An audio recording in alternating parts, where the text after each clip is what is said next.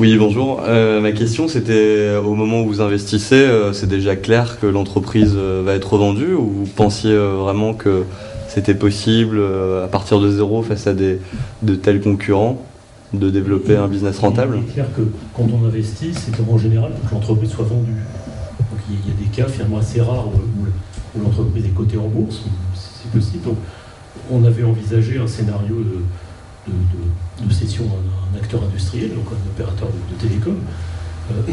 À l'époque, ça pouvait être, Free n'était pas là-dedans, encore ça pouvait être Free ou Neuf, voire d'autres. Il y avait pas mal d'acteurs qui s'intéressaient à l'infrastructure. C'était ça l'hypothèse. Et aussi, on pouvait imaginer qu'une entrée en bourse soit possible. On peut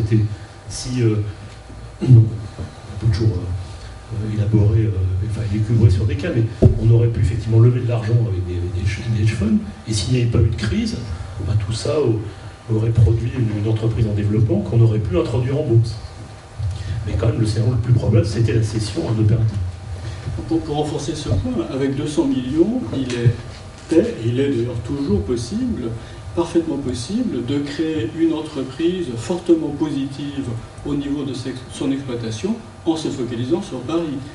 Paris, vous accédez aux immeubles par le réseau des rues à un coût marginal extrêmement faible, et compte tenu de la densité, peu d'équipements desservent beaucoup de clients, payback inférieur à 4 ans sur les investissements, une fois que les 4 années sont passées et que l'investissement est payé, ce qui tombe après, c'est une grosse margin aux alentours de 50 voire 60%.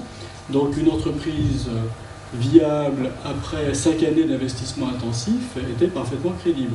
Puis une deuxième dimension, c'est la France est un pays assez conservateur dans ses approches, pour rester, je pense, modéré, mais la fibre optique s'est développée dans les pays nordiques, pas du tout sous l'impulsion des opérateurs de télécom, mais sous l'impulsion des acteurs du BTP. Pourquoi il y a beaucoup de fibres optiques en Suède? Parce que c'est normal de faire un lotissement neuf et de poser la fibre en même temps qu'on fait la voirie. Et qui revend la terminaison fibre, qui fait de l'argent dessus? Le promoteur immobilier. Donc, parmi les scénarios possibles, cession d'opérateur télécom, celui qui s'est produit, mis sur le marché comme Antoine le disait, cession à un acteur issu du monde du BTP, a priori plutôt pas français que français. Mais il y avait, lorsque les investissements se faisaient dans Evenis, réellement plusieurs options de sortie.